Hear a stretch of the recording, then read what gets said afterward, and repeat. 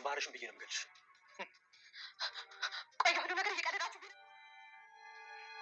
በዳ አይረሳል ቀን ቀን ወልዶ ቀን ሲተካ አይረሳም ተበዳ አይለካ የበደልሽኝን እንዳረሳ ሆኛለሁ ከልቤ እንዴት እስቃለሁ ድንገት በፈጸምኩት ስህተት አስቀይሜሽ አንድ ቀን አጥፍቼ ራሴን ወቅሼ ማሪ ብዬሽ ነበር ያኔ ተጸጽቼ።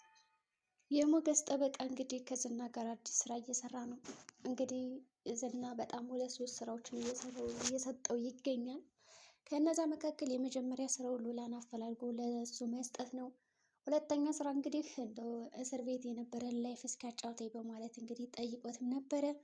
እንግዲህ እስር ቤት ስትገባ ሁሉም ሰው ተማርክ አተማርክ አንድ ነው፣ በቃ ህጉ ለሁሉም ታሳሪ አንድ አይነት ትዕዛዝ ነው የሚሰጥህ እያለ የእስር ቤት ቆይተውን እንግዲህ ሲያካፍለውም ነበረ። ከዛ ዝናም እንግዲህ እስኪ እኔም ልጠይቅ አሁን እንደው አንድ ባለሀብትና ጎዳና ላይ እያደረ ወይም ደግሞ ያደገ ልጅ ቢሞቱ እነዚህ 2 ሰዎች እኩል ናቸው አይደለም ብሎ ይጠይቀዋል። ጠበቃው ግን ሁለቶችም ከሞቱ ያው አንድ ነው፣ ምንም የለያቸው ነገር የለም፣ ሀብታሙም ድሃውም የሆነ አንድ ነው ብሏል። ዝና ግን ተቃውሞታል።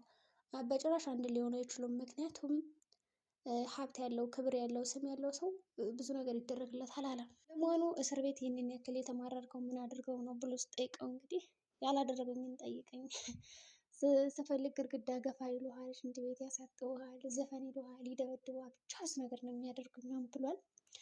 ከዛ እንግዲህ እንደዛ ካለው በኋላ ያሳቀኝ ነገር ማለት ነው በቃ ዝና ራሱ በጣም ሲስቅበት ነበረ። እንግዲያማ እንደዛ ከሆነ ራሱ እስኪ ለኔም ዘፈንልኝ ይለዋል ማለት ነው። ከዛ እንግዲህ ጠበቃውም ያንጎራጎራል። እንግዲህ ድምፁን ከሰማ በኋላ ዝና ዋው በጣም ጥሩ ድምፅ አለህ ይለዋል።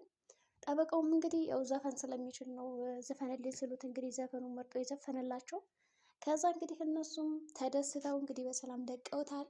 እንግዲህ ዝናም ወደደው ድምፅማ አለው። በመጀመሪያ ደረጃ እንግዲህ ያው 2 ስራ እሰጥሃለሁ ይለዋል። 3ኛ አንደኛ ሲደብረኝ የመጣ ፈታ ታደርገኛለህ ትዘፍንልኛለህ ይለዋል።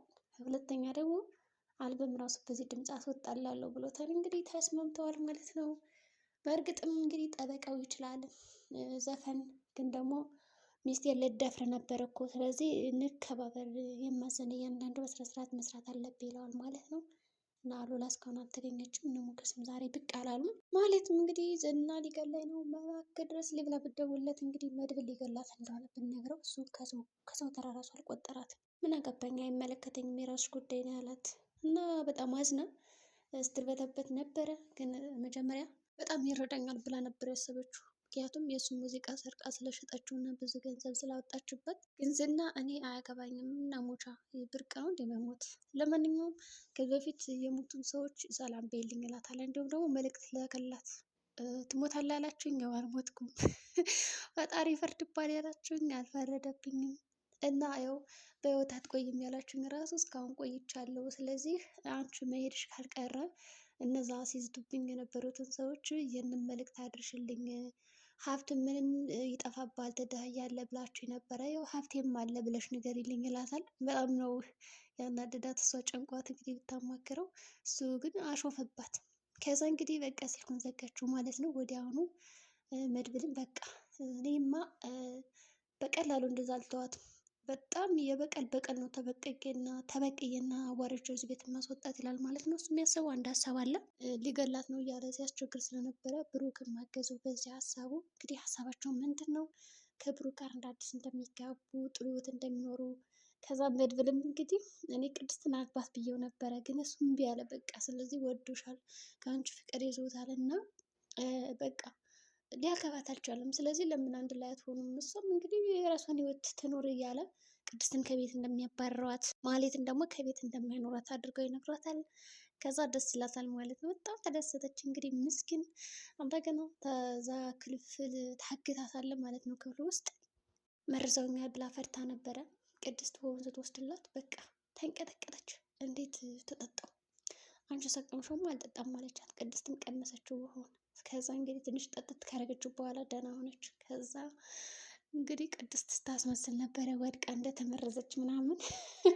ማህሌት እንግዲህ ሞኝ ነች። በትንሽ ነገር ነው በጣም እንትን የምትለው። የምትሸወደው ማለት ነው።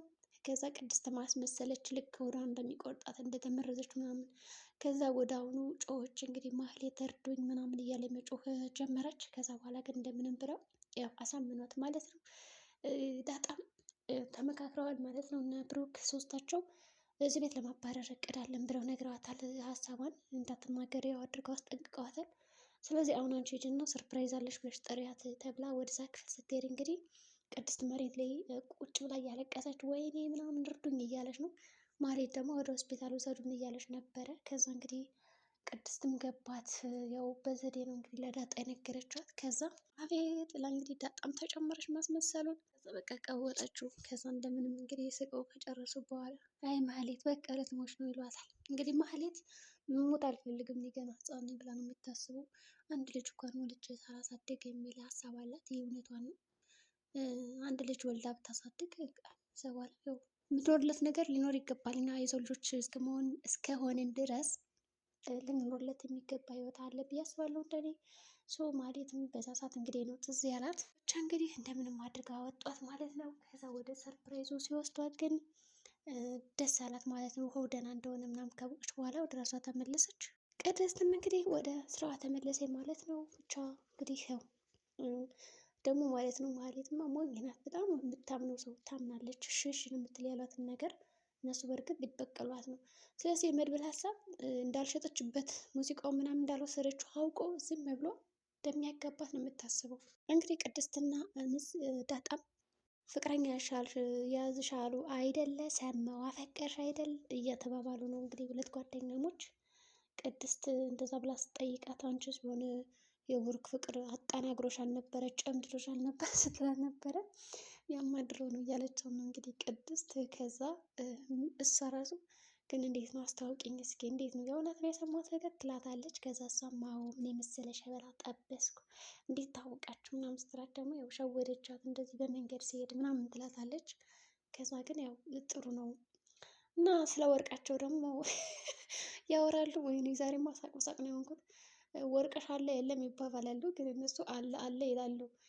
ብቻ እንግዲህ ጥሩ ነው ሁሉ ጓደኝነታቸው በጣም ደስ ይላል። ነገራችን ላይ ዛሬ ደግሞ አምሮባቸዋል። ዳጣና ቅድስት ተመሳሳይ ነው የለበሱት። ማች የሚያደርግ ነገር አለ ልብሳቸው ምናምን ተጫውተዋል። ከዛ ይቺ ማህሌት እዚህ ቤት ውልቅ ብትልልኝማ በደስታ ኖር ነበር ከምወደው ከማፈቅረው ሰው ጋር እያለች ነው እንግዲህ በልቧ። ቅድስት ግን በቃ ጊዜው ረዘመባት። ስለዚህ ምንድን ያሰበችው አጅሬት ማህሌት ታዲያ መቼ ነው ወደ አዲሱ ቤታችን የምንሄደው? አይ ጉድ ሰገብጋባነቷ ራሷ ልቅቃት።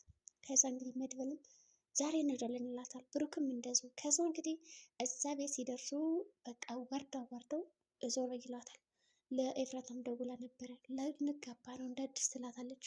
ግን ኤፍራታ እኔ አይመስለኝም በእርግጠኝነት አያገባሽም፣ ግን ከሆነም ደስ ይለኛል ያሳካልሽ ብላ መረቃ ነው እንግዲህ ዝም ያለቻት። ብቻ ግን ያለችበት ነገር ያው ደስ የሚል ነገር አይደለም ብሏታል። በኋላ እንግዲህ ለቅሶ በለቅሶ እንዳትሆን።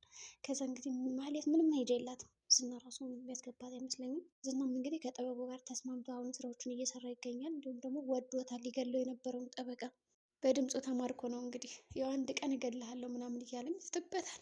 ጠበቃው ግን ዛሬ አልፈራውም ዝናን። የሚገርማችሁ እንደ ባለፈው አይደለም። ባለፈው ሲንቀጠቀጥ ነበረ። ዛሬ ደግሞ ጀነን ብሏል። ያው ህግ እኮ ያስቀጣል፣ ሰው መግደል ወንጀል ነው እያለውም ነበር።